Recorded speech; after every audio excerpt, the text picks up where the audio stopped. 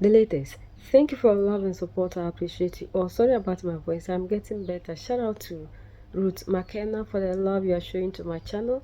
And please, I want you all to say thank you to Ruth McKenna, my VIP subscriber. I appreciate the love and the support you are giving to the channel. African Union has finally decided to call for an intervention in Mali. But is this a genuine one? Why all of a sudden African Union is concerned about what is happening in the Sahel? Because this organization suspended Mali, Niger, and Burkina Faso, and the last time Captain Ibrahim Traore said they don't even know whether they are in that organization or not. So why is African Union concerned? France started this propaganda that there's instability in Mali and was asking its citizens to evacuate. And finally, the other Westerners also joined in calling for their citizens to leave Mali because they said there's destabilization. They made sure that they brought a group that is called the Eye, you understand. So they came into Mali and they are everywhere, making sure that there's no fuel tanker that can cross into Mali, so that there will be crisis and the people will rise up against all in all. But this did not help them because now all their tactics are failing. And they know that our all in all, General Simi Goita is the head of this revolution. He is the king. He is the one who has been able to maintain this revolution to this time. And now they are losing their daily bread. We know what is happening in Europe. All the economies are collapsing, even including the United States of America. So they are finding means and ways. And the last time I told you that they are trying to use Nigeria to penetrate into Mali, Niger, and Burkina Faso. And now they are calling for intervention. These people never went to any place that there is peace. The same organization that is calling for a quick intervention, look at what is happening in Sudan. The organization is silent about it. Went ahead to congratulate Paul Biya, the 92-year-old president of Cameroon, for doing nothing. The same organization went ahead to congratulate Samia Hassan Suluhu, the president of Tanzania, and never bothered to talk about the lives that are lost in Tanzania. This is the same organization that is dining with leaders that are corrupt and fighting against leaders that are fighting for the progress of Africa. The same organization that is championing democracy where there's corruption, injustice, no accountability, yet is fighting against leaders that are doing everything possible to take control over their resources. African Union calls for international action, urgent in Mali, in the face of the security crisis. The organization pleads for a strengthening of the cooperation, intelligence sharing, and technical and financial support to the state. Confronted with terrorist assaults, in a statement issued Sunday, Mahmoud Ali Youssef, chairman of the African Union Commission, speaks out against terrorist attacks that disrupt fuel supplies and of primary necessity in Mali. According to him, it is neither more to asphyxiate a population who are already suffering from these of a humanitarian crisis long term. Besides, Mali has said it is available to accompany all the countries of the Sahel in the fight against armed groups by providing the necessary support to their efforts for peace and stability. When the attack happened in Libya and Gaddafi was being taken down, a number of African presidents said, wait, hold. We will fly into Libya and we can have some kind of diplomatic conversations. The feedback from external actors to them was, if you fly into Libyan airspace, we cannot guarantee your security. I want you to think about that for a minute. That heads of state of the African continent were told this on our continent. And ladies and gentlemen, what is Libya today? What is Libya today? And it happened on our watch. It happened on our watch.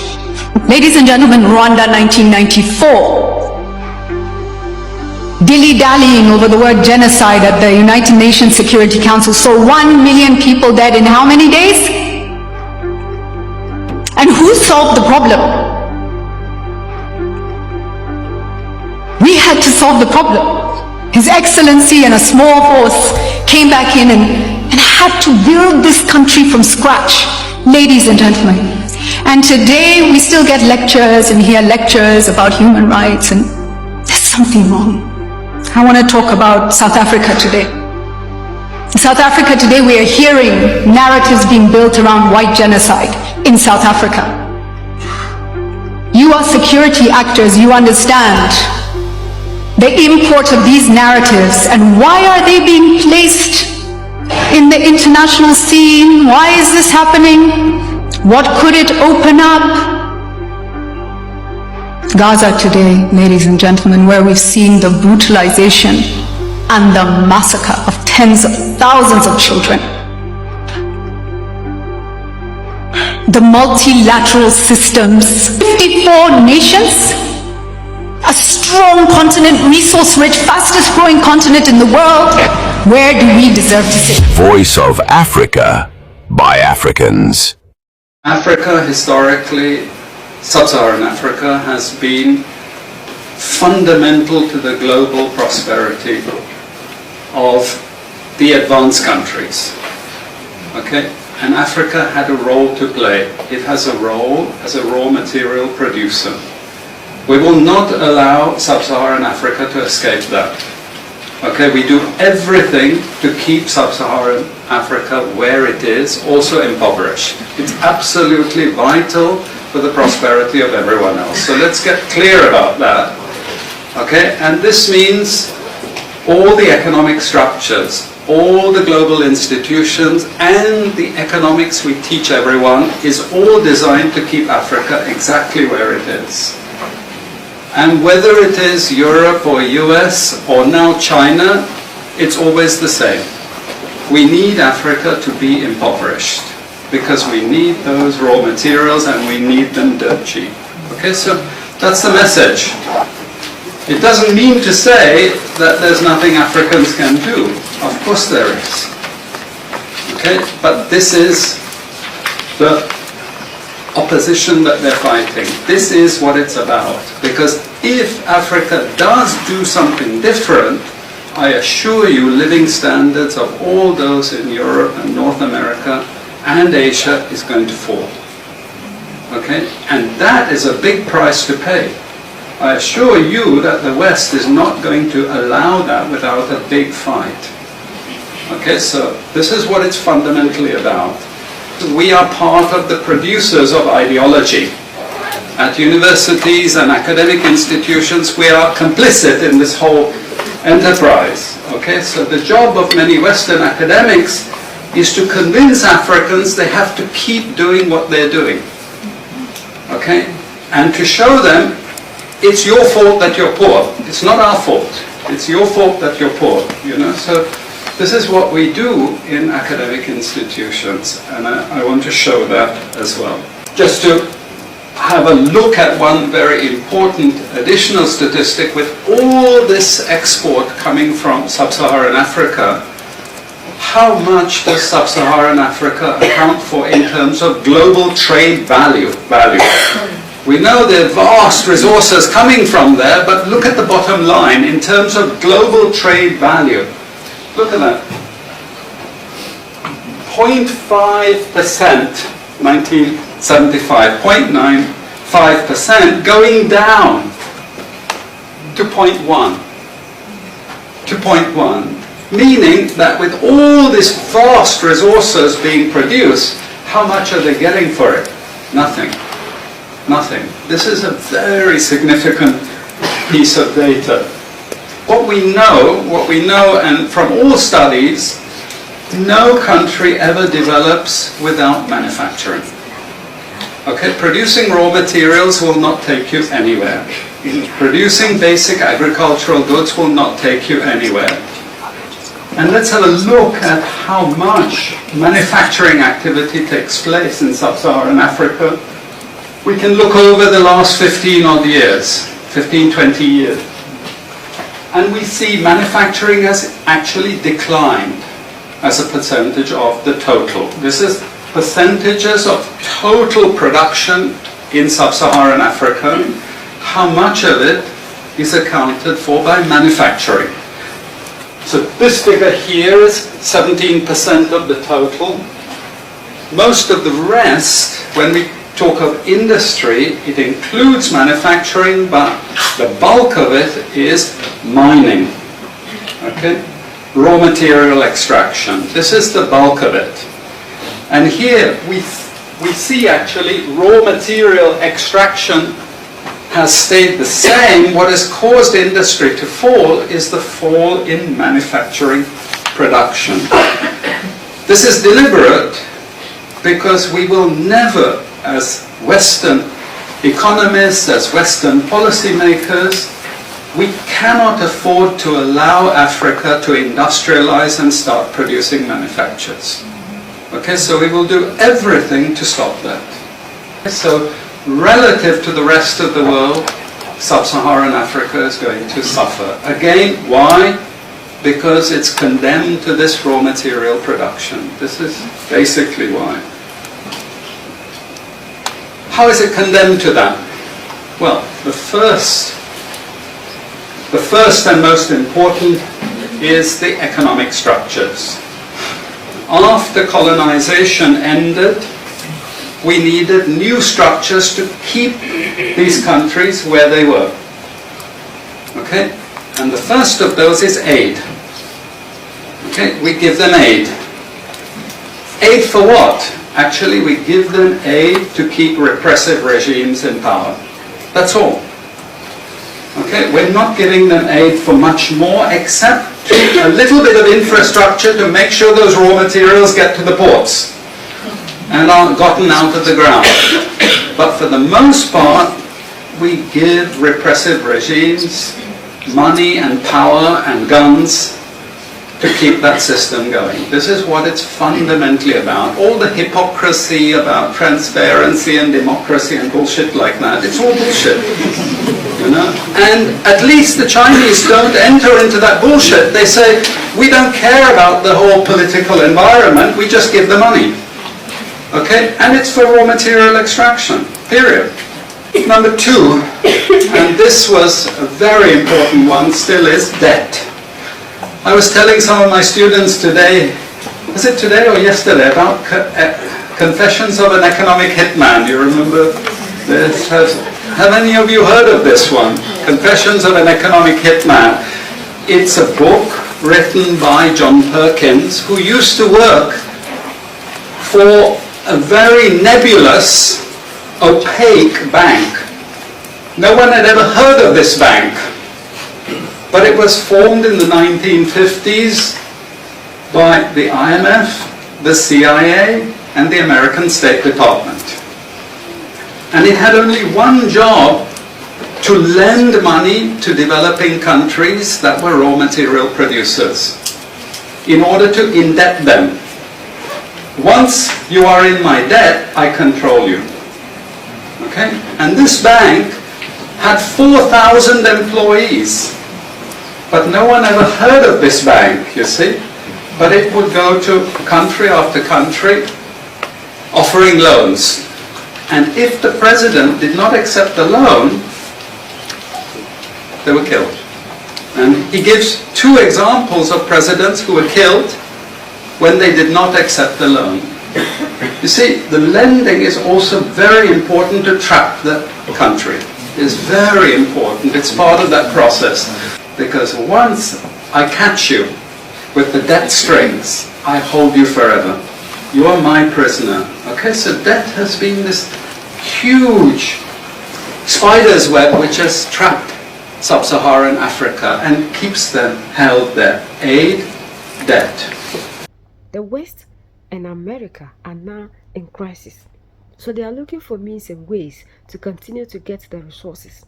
And this one, we all as Africans need to rise up against this quick intervention, because we don't need anybody to come into Mali to set the Malians free. Mali is a sovereign nation and they can deal with their affairs. Is this the only thing that African Union is good at? Then we need to dissolve this organization. If an organization cannot take care of its people, then that organization needs to be dissolved. The West and America are in crisis and they never called us to come and help them. So why is it that anytime Africa we are having issues, we are quick in calling these people to come into the continent to come and help us? They are not able to sort themselves out. Yet we claim they are the ones that can come here to sort us out. So these people are having a motive and they are using African Union to execute that plan. And that is why African Union is now calling on them to come in and set us free.